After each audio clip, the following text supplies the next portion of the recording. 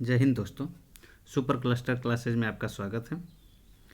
आज का सेशन बहुत इम्पोर्टेंट होने वाला है। आज जो हम सेशन लिए हैं ये एसएससी सीजीएल में पूछा गया प्रीवियस ईयर का क्वेश्चन है और ये आपको आगे आने वाला जितना भी एग्ज़ाम है उसमें आपको बहुत सारा हेल्प मिलेगा। ठीक है, तो इसलिए प्लीज़ आपसे रिक्वेस्ट है कि वीडियो को पूरा लास्ट तक देखिएगा और क्वेश्चन के साथ साथ हम पूरा डिस्कस भी देखेंगे, जितना इम्पोर्टेंट पॉइंट्स है वहाँ भी देखेंगे, जो आगे आने वाले एग्ज़ाम है उसमें पूछे जाने की जिसकी संभावना है उस पॉइंट को भी हम चर्चा करेंगे। ठीक है, तो प्लीज़ आपसे रिक्वेस्ट है कि वीडियो को लास्ट तक देखिएगा और वीडियो आपको अच्छा लगेगा तो लाइक शेयर और सब्सक्राइब ज़रूर कीजिएगा। चलिए स्टार्ट करते हैं हम आज के सेशन का। पहला क्वेश्चन है हमारा। पहला क्वेश्चन हमने लिया है वर्ष 1973 में चिपको आंदोलन के अग्रणी नेता कौन थे। बोला जा रहा है आपसे कि चिपको आंदोलन जो हुआ था, देखिए ये क्वेश्चन एसएससी सीजीएल 16 अगस्त 2017 में पूछा गया है। ठीक है, तो ये पूछा गया है तो हम इसके साथ साथ आगे भी डिस्कस करेंगे और सारे फैक्ट्स को देखेंगे जो आगे आने वाले एग्ज़ाम में हमारे लिए हेल्पफुल होगा। ठीक है, ये जो आप लोग जीके जीएस का सीरीज देख रहे हैं ये हर एग्ज़ाम में जो भी ये आपका आने वाला कॉम्पिटेटिव एग्ज़ाम है, हर एग्ज़ाम में आपको बेनिफिट्स मिलेगा। हर एग्ज़ाम के लिए है, यहाँ से आप हर एग्ज़ाम के जीके जीएस का तैयारी आसानी से कर सकते हैं और जिनको जीके जीएस नहीं आता है उनके लिए पूरा हेल्पफुल होगा, क्योंकि वो बात को पूरा गौर से सुनेंगे और नोट डाउन करेंगे। जितना चीज़ मैं बोल रहा हूँ उसको ज़रूर नोट डाउन आप कीजिएगा। ठीक है, तब आपको पता चलेगा जब एग्ज़ाम देने जाइएगा कि हाँ कितना बेनिफिट हो रहा है।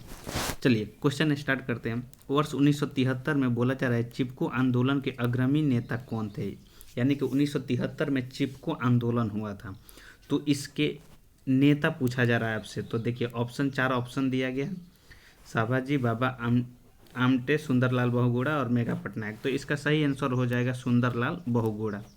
इसका सही आंसर हो जाएगा सुंदरलाल बहुगुणा। ठीक है, ऑप्शन सी हमारा सही हो जाएगा। अब देखिए चिपको आंदोलन आया है तो थोड़ा सा हम चिपको आंदोलन के विषय में आपको बता देते हैं। चिपको आंदोलन का शुरुआत हुआ था 26 मार्च 1973 को चिपको आंदोलन का शुरुआत हुआ था। शुरुआत आपसे नहीं पूछा जाता है, शुरुआती वर्ष पूछा जाता है तो वर्ष 1973 याद रखेंगे, लेकिन किसी एग्ज़ाम में गलती से पूछ दिया जाता है तो याद रखिएगा 26 मार्च 1973 को चिपको आंदोलन हुआ था। अब चिपको आंदोलन हुआ कहाँ था, तो ये उत्तराखंड यूके उत्तराखंड में हुआ था। उत्तराखंड के एक चमोली नामक जिला है। ठीक है, उत्तराखंड के चमोली नामक जिला में ये चिपको आंदोलन हुआ था। और ये चिपको आंदोलन था क्या, ठीक है, तो थोड़ा उसके विषय में भी चर्चा करते हैं कि आखिर चिपको आंदोलन था क्या। तो देखिए 1973 से पहले क्या हुआ था कि जितने भी ये ठेकेदार हुआ करते थे ये ठेका ले लेकर और जंगलों का कटाई करते थे। जितने पूंजीपति वर्ग के लोग होते थे वो क्या करते थे कि पैसा ले लेकर, ठेका ले लेकर और क्या करते थे कि जंगलों का कटाई करते थे। उसमें बड़े बड़े पेड़, पूरा जंगल के जंगल साफ हो जा रहा था। तो इसी का विरोध करने के लिए जो पहाड़ी लोग थे उन्होंने इसका विरोध करना चाहा। तो जो पहाड़ी यानी कि जो जंगल झाड़ में जो जनजातियाँ रहती है उन्होंने इसका विरोध करना शुरू किया। तो इसीलिए उन्होंने क्या किया कि वो पेड़ से चिपक गए, पेड़ को एक घेरा बनाकर 2-2 4-4 आदमी घेरा बनाकर और हर पेड़ के पास में चिपक गए कि नहीं हम काटने नहीं देंगे, यानी कि पेड़ कटाई को रोकने के लिए वो लोग पेड़ से चिपक गए थे। ठीक है, तो इसीलिए इस आंदोलन को चिपको आंदोलन के नाम से जाना जाता है। तो इसके मुख्य नेतृत्वकर्ता कौन थे, सुंदरलाल बहुगुणा। तो इसको भी ध्यान रखिएगा। अब देखिए क्या हुआ कि ये चिपको आंदोलन जो था 1973 में तो शुरू हुआ, लेकिन ये चला कब तक, 1980 तक चला। और 1980 में जाकर इनको जीत मिली। और जीत कैसे मिली, तो 1980 में तत्कालीन प्रधानमंत्री इंदिरा गांधी ने यह फैसला लेती है कि जो भी हिमालय क्षेत्र में पेड़ पौधे हैं, जंगल झाड़ है, वो 15 वर्षों तक उनके कटाई पर रोक लगा दिया। कितने वर्षों तक, 15 वर्षों तक। तो यानी कि हिमालयी क्षेत्र में जितने हिमालयी क्षेत्र हैं उसके जंगल झाड़ पेड़ पौधे को काटने के लिए 15 वर्षों तक रोक लगा दिया गया इंदिरा गांधी के द्वारा। तो इसके वजह से इस आंदोलन को जीत मिली, यानी 15 साल तक पेड़ पौधे में किसी ने काटने का प्रयास नहीं किया, क्योंकि वो प्रधानमंत्री का आदेश हो गया। ठीक है, तो याद रखिएगा कि इस आंदोलन की जीत 1980 में मिलती है। कब? इंदिरा गांधी की वजह से, क्योंकि इंदिरा गांधी 1980 में नियम लागू कर देती है कि 15 वर्षों तक हिमालयी क्षेत्र में कोई भी पेड़ पौधा की कटाई नहीं होगी। ठीक है, चलिए अब आगे देखते हैं। एक और इसमें नाम याद रखिएगा, सुंदरलाल बहुगुणा के साथ कभी कभी बीपीएससी टाइप में ऑप्शन दे देता है कि एक से अधिक। तो एक तो सुंदरलाल बहुगुणा, इसमें तो सुंदरलाल बहुगुणा हो गया, लेकिन अगर कहीं भी पीएससी में ऑप्शन 2 डाल देता है तो एक थे चंडी प्रसाद भट्ट, एक ये भी नाम याद रखिएगा। सुंदरलाल बहुगुणा के साथ साथ चंडी प्रसाद भट्ट भी शामिल थे। ठीक है, तो ये पॉइंट आप लोग याद रखिएगा। चलिए अगला क्वेश्चन देखते हैं। 2 नंबर क्वेश्चन है हमारा।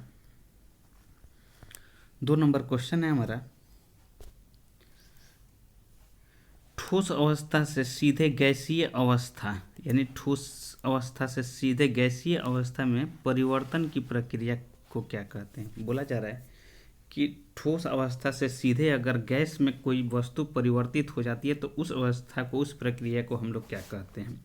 तो देखिए इसका तो सही आंसर हो जाएगा ऊर्ध्वपातन। ठीक है, इसका सही आंसर ऑप्शन सी हो जाएगा, ऊर्ध्वपातन। ठीक, अब देखिए थोड़ा सा आया है तो थोड़ा सा हम लोग इसके विषय में भी चर्चा करें। देखिए अगर ठोस से, यानी कि सॉलिड से, सॉलिड मीन्स ठोस होता है, अगर सॉलिड से अगर लिक्विड में बदलता है, यानी कि ठोस से, चलिए हिंदी में लिखते हैं, ठोस से अगर द्रव में बदलता है, अगर ठोस से द्रव में कोई चीज़ बदलता है तो इस प्रक्रिया को हम लोग कहते हैं हिमीकरण। अगर ठोस से द्रव में कोई चीज़ बदलता है तो उसको हम लोग कहते हैं हिमीकरण, उस प्रक्रिया को कहते हैं। ठीक है, और वही चीज़ आपसे पूछा जाए कि अगर द्रव से अगर गैस में बदलता है कोई चीज़ तो उस प्रक्रिया को या उस अवस्था को हम लोग क्या कहते हैं? तो उसको हम लोग क्या कहते हैं? वाष्पीकरण। अगर द्रव से कोई चीज़ गैस में बदलता है तो हम लोग उसको वाष्पीकरण कहते हैं। ठीक है, चलिए अब देखिए ये तो प्रक्रिया हो गई कि ठोस से द्रव में और द्रव से गैस में बदलने की प्रक्रिया। अब देखिए, अब कभी कभी क्वेश्चन पूछा जाता है कि वह ताप जिस पर ठोस द्रव में बदल जाता है, तो अगर जैसे कोई ठोस है, अगर ये द्रव में बदल जाता है, द्रव में तो बदल जाता है, तो द्रव में बदलने की प्रक्रिया तो हिमीकरण हो गया। लेकिन अगर पूछा जाए कि जिस ताप पर ठोस द्रव में बदल जाता है उसको क्या कहते हैं, तो अगर जिस ताप पर, ताप का बात बोल दिया जाए कि जिस ताप पर ठोस द्रव में अगर बदल जाता है तो उस ताप को क्या कहते हैं?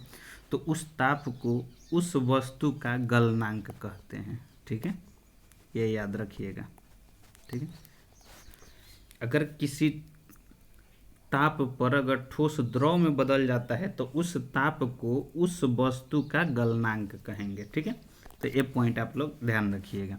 अब यही चीज़ इसमें देख लीजिए कि अगर द्रव से कोई चीज़ गैस में बदलता है, द्रव से अगर गैस में बदलता है तो इस प्रक्रिया को तो हम लोग कहेंगे वाष्पीकरण। लेकिन अगर जिस ताप पर कोई द्रव अगर गैस में बदलता है तो उस ताप को क्या कहेंगे? तो उस द्रव का क्वथनांक कहेंगे, उस वस्तु का क्वथनांक कहेंगे। ठीक है, क्वथनांक। ठीक है, अगर ठोस से द्रव में बदलता है कोई वस्तु जिस ताप पर, तो उस ताप को उस वस्तु का गलनांक कहते हैं।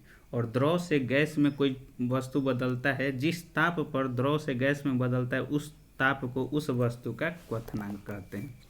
तो ये पॉइंट भी आप लोग नोट कर लीजिएगा। चलिए अगला क्वेश्चन देखते हैं।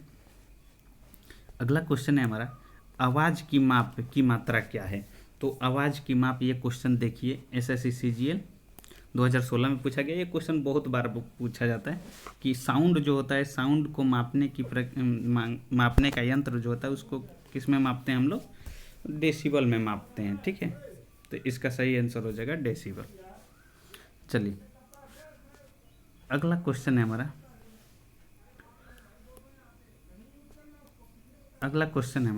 पार्सेक। पार्सेक किसका मापन है, इकाई है? यानी पार्सेक जो है ये किसकी मापन इकाई, किसकी इकाई है? तो ऑप्शन देखिए, ऑप्शन हमारे पास यहाँ है। तो इसका सही आंसर हो जाएगा खगोलीय दूरी। ऑप्शन बी हमारा सही आंसर हो जाएगा। यानी खगोलीय दूरी का मात्रक होता है पार। ठीक है, यानी दूरी का सबसे बड़ा मात्रक भी पूछा जाए आपसे तो पार्सेक। चलिए अगला पॉइंट देखते हैं। अगला पॉइंट है हमारा अपेक्षिक घनत्व का इकाई क्या है? तो देखिए ये क्वेश्चन बहुत बार पूछा जाता है, तो इसका मैं एक चीज़ बता दे रहा है कि अपेक्षिक घनत्व जो होती है इसका कोई मात्रक नहीं होता है।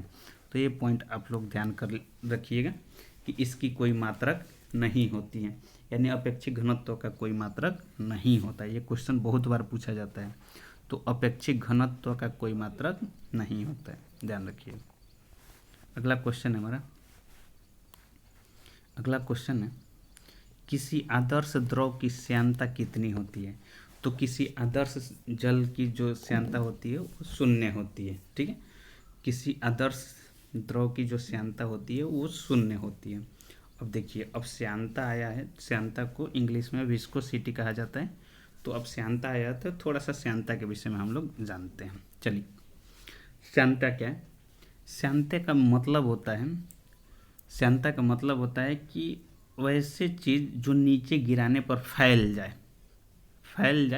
यानी उसके अणुओं के बीच ससंजक बल है ना, मुख्य रूप से। तो अगर जो चीज़ नीचे गिराने पर जल्दी से फैल जाता है उसका श्यानता कम होता है, और जो चीज़ नीचे गिराने पर या किसी चीज़ में गिराने पर अगर धीरे धीरे फैलता है तो उसका श्यानता ज़्यादा होता है। ठीक है, तो ये पॉइंट ध्यान रखिएगा कि किसी वस्तु का अगर श्यानता देखना हो कि ज़्यादा है कि कम है, तो श्यानता अगर जल्दी फैल जाए तो समझिए कि उसका श्यानता कम है, और धीरे धीरे फैलता है कोई चीज़ तो समझिए कि उसका श्यानता ज़्यादा है। ठीक है, अब श्यानता जैसे अब पानी लेते हैं, तो पानी और अगर शहद लेते हैं, तो पानी अगर किसी वस्तु में डालेंगे या नीचे डालेंगे तो जल्दी फैल जाएगा, तो इसका श्यानता क्या हो जाएगा? इसका श्यानता कम हो जाएगा। अब वहीं शहद है, तो शहद गाढ़ा होता है, अगर इसको हम किसी वस्तु में, किसी बर्तन में डालें या कहीं नीचे डालें तो ये धीरे धीरे फैलेगा, तो इसका श्यानता क्या हो जाएगा? अधिक हो जाएगा। ठीक है, इसका श्यानता अधिक हो जाएगा। ठीक है, चलिए और एक चीज़ आपसे कहीं पूछा जाए कि श्यानता का गुण जो है ये किस किस में पाया जाता है, तो देखिए ठोस छोड़ दीजिए, ठोस में नहीं पाया जाता है। ठीक है, बाकी द्रव और गैस में श्यानता का गुण पाया जाता है।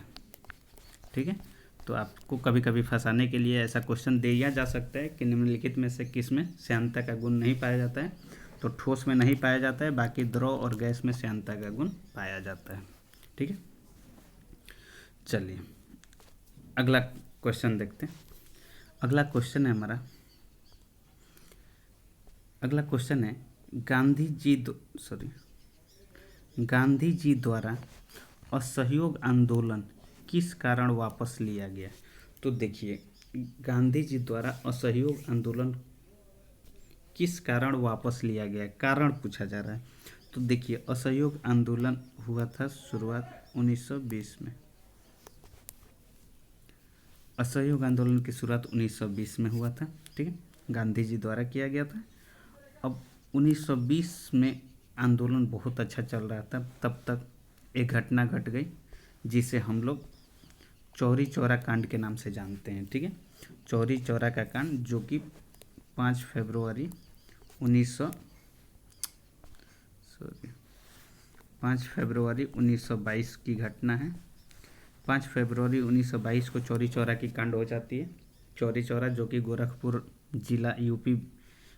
जिला जो कि यूपी राज्य में स्थित है। 5 फरवरी 1922 को चौरी चौरा कांड हो जाता है, जिसके वजह से गांधी जी ने क्या किया कि असहयोग आंदोलन को वापस ले लिया। ठीक है, तो चौरी चौरा कांड कब हुआ था? 5 फरवरी 1922 को। अब देखिए इसी में थोड़ा सा देखते हैं हम लोग चंपारण आंदोलन। आखिर चंपारण आंदोलन कब हुआ था? तो चंपारण आंदोलन आप लोग को पता होना चाहिए 1917 को हुआ था। गांधी जी का भारत में पहला आंदोलन माना जाता है चंपारण आंदोलन। ठीक है, अब काकोरी षड्यंत्र है, तो काकोरी षड्यंत्र जो है इसको अंजाम दिया गया था 9 अगस्त 1925 को। काकोरी षड्यंत्र की घटना कब हुई थी? 9 अगस्त 1925 को। ठीक है, किसके द्वारा किया गया था? तो Hindustan Republican army, Hindustan Republican army. आप लोग लिखते रहिएगा, थोड़ा हमको लिखने में यहाँ पे दिक्कत है। Hindustan Republican army, Republican army, यानी काकोरी जो षड्यंत्र है, काकोरी षड्यंत्र किसके द्वारा अंजाम दिया गया था? तो हिंदुस्तान रिपब्लिकन आर्मी द्वारा।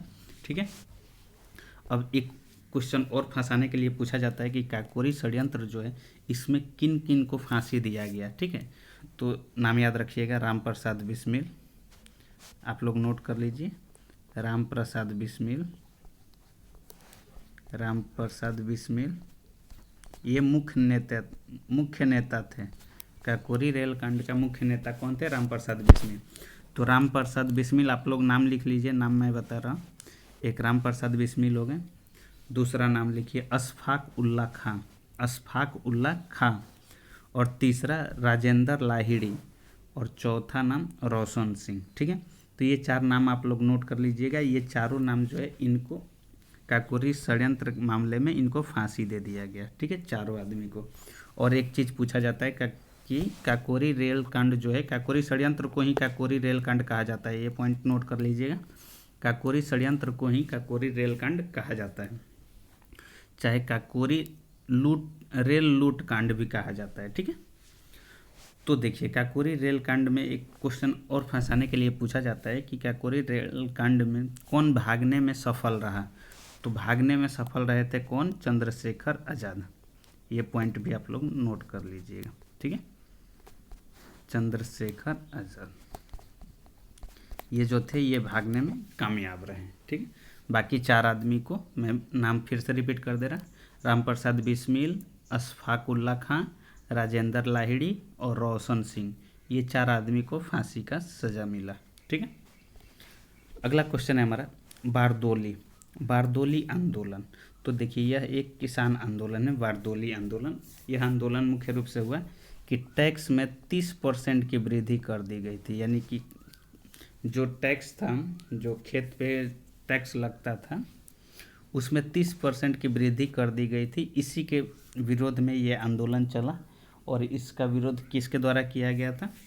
तो इसका विरोध वल्लभ भाई पटेल, वल्लभ भाई पटेल द्वारा, वल्लभ भाई पटेल द्वारा किया गया था, वल्लभ भाई पटेल, आप लोग नोट कर लीजिएगा, वल्लभ भाई पटेल द्वारा इसका विरोध किया गया था। ठीक है, और ये घटना कब हुआ था? तो ये जून 1928 की का बात है। 1928 में ये आंदोलन हुआ था, बारदोली आंदोलन।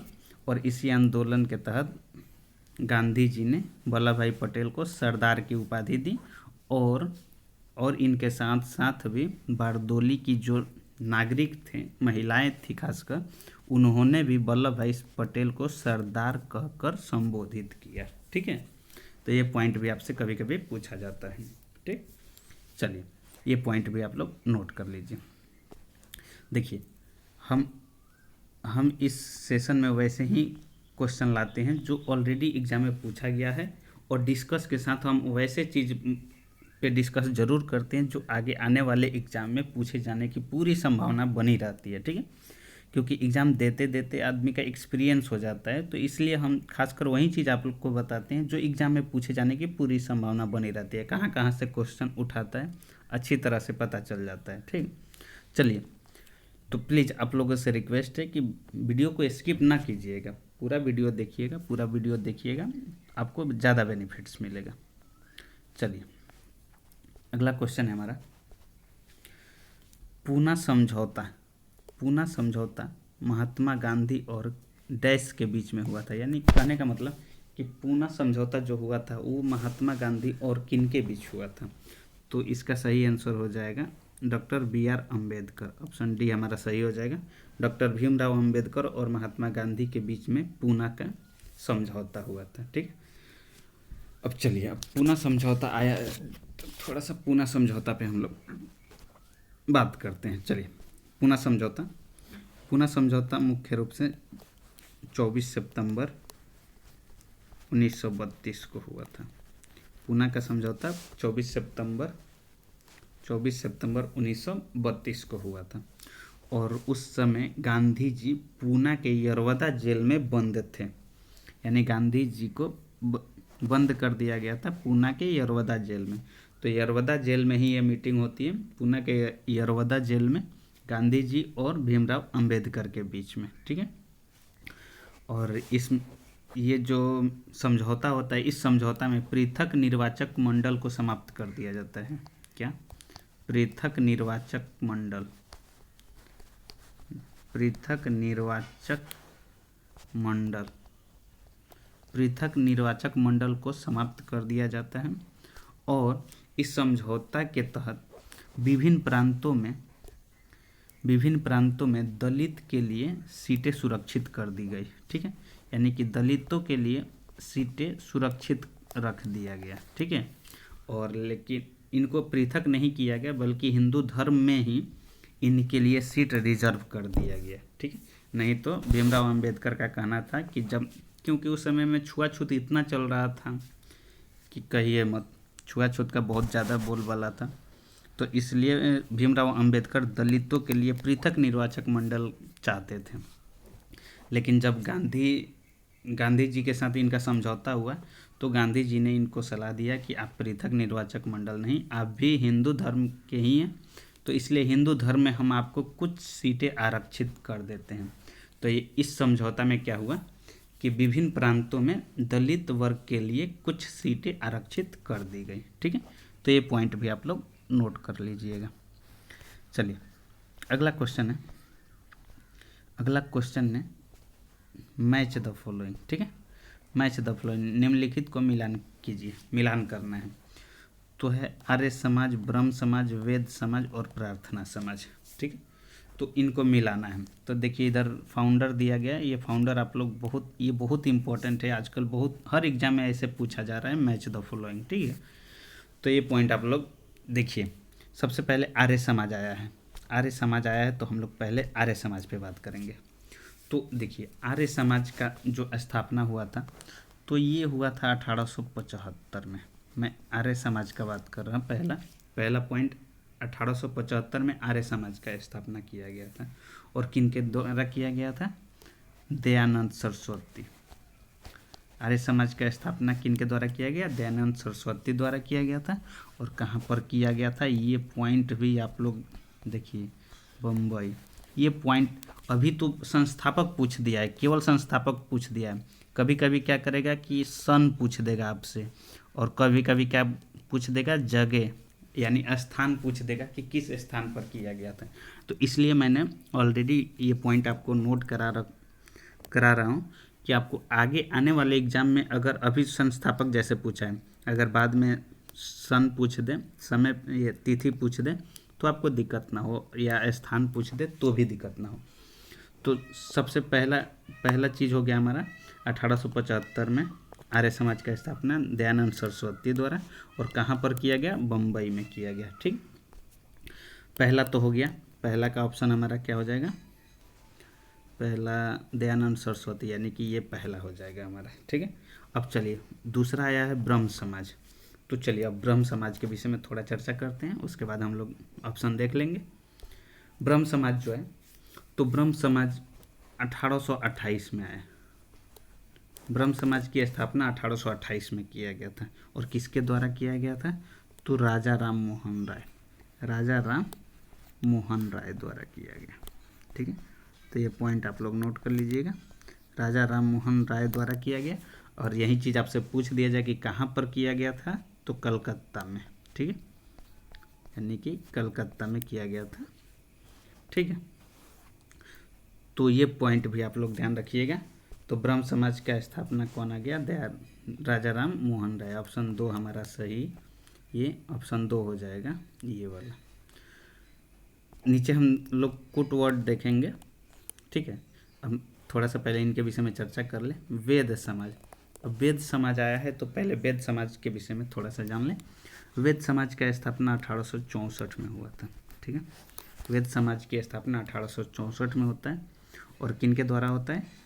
तो केशव चंद्र सेन, केशव चंद्र सेन, केशव चंद्र सेन एवं के श्रीधरलू, के श्रीधरलू नायडू, इसमें नाम दिया होगा। केशव चंद्र सेन और के श्रीधरलू नायडू द्वारा किया गया था। और कब किया गया था? तो 1864 में किया गया था। और जगह कौन सा था? तो मद्रास, यानी किस स्थान पर किया गया था वेद समाज की स्थापना? तो मद्रास में। ठीक है, तो ये पॉइंट आप लोग ध्यान रखिएगा। चलिए अगला है 4 नंबर है प्रार्थना समाज। अब प्रार्थना समाज आया है तो थोड़ा सा हम लोग प्रार्थना समाज के विषय में जानें। प्रार्थना समाज 1867 ईस्वी में 1867 में आता है और ये किसके द्वारा किया जाता है? आत्माराम पांडुरंग जो है इनके द्वारा इसकी स्थापना की जाती है। और कहाँ पर की जाती है? तो बम्बई में की जाती है। ठीक, तो ये पॉइंट आप लोग ध्यान रखिएगा। अब चलिए कुट भाषा में देखते हैं। तो कुट भाषा में हमने पहले आर्य समाज दयानंद सरस्वती हो गया, ब्रह्म समाज राजा राम मोहन राय हो गया, वेद समाज केशव चंद्र सेन हो गया और प्रार्थना समाज आत्माराज पांडुरंग हो गया। अब चलिए अब हम लोग थोड़ा सा इसमें देखते हैं, ऑप्शन देखते हैं। यानी फर्स्ट का हमारा है, फर्स्ट का बी और सेकंड का ए, फर्स्ट का बी सेकंड का ए, यानी देखिए ऑप्शन बी हमारा ये सही हो जाएगा। ऑप्शन बी हमारा सही है। ठीक है, तो आप लोग मैच कर लीजिएगा। चलिए अगला क्वेश्चन देखते हैं। अगला क्वेश्चन है हमारा, सॉरी,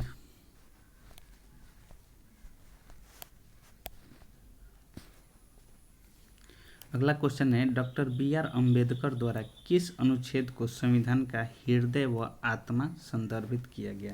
यानी कहने का मतलब है कि डॉक्टर बी.आर. अम्बेडकर ने संविधान का आत्मा या हृदय किस अनुच्छेद को कहा है? तो ये अनुच्छेद 32 हो जाएगा। ठीक है, अनुच्छेद 32 को भीमराव अम्बेडकर द्वारा संविधान का आत्मा या संविधान का हृदय कहा गया है। ठीक है, तो ये पॉइंट आप लोग ध्यान रखिएगा। अगर आप लोग को वीडियो अच्छा लगा हो तो प्लीज़ लाइक शेयर सब्सक्राइब जरूर कीजिएगा और दोस्तों को भी बताइएगा। और जितने हम पॉइंट्स बताए हैं एक्स्ट्रा, उस पॉइंट को आप लोग नोट कर कीजिएगा, क्योंकि आपके आगे आने वाले एग्ज़ाम में ये बहुत सारा हेल्पफुल मिलेगा आपको। ठीक है, आगे बहुत सारी वैकेंसियाँ, अभी 2024 में इलेक्शन होने वाला है तो बहुत सारी वैकेंसियाँ आने वाली हैं। तो इसलिए जीके जीएस का सीरीज अगर आप लोग कंप्लीट करते हैं और जितना चीज़ हम बताते हैं अगर उतना चीज़ को आप लोग नोट डाउन करते हैं तो आपको 100% है कि बेनिफिट मिलेगा आपको आगे आने वाले एग्ज़ाम में। ठीक है, और हम वैसे ही क्वेश्चन आपको यहाँ पे डिस्कस करते हैं जो ऑलरेडी कहीं ना कहीं पूछा गया है। ठीक है, और अच्छे एग्जामों में पूछा गया, तो जाहिर सी बात है कि नीचे वाला ज़रूर पूछेगा। ठीक है, चलिए वीडियो देखने के लिए धन्यवाद।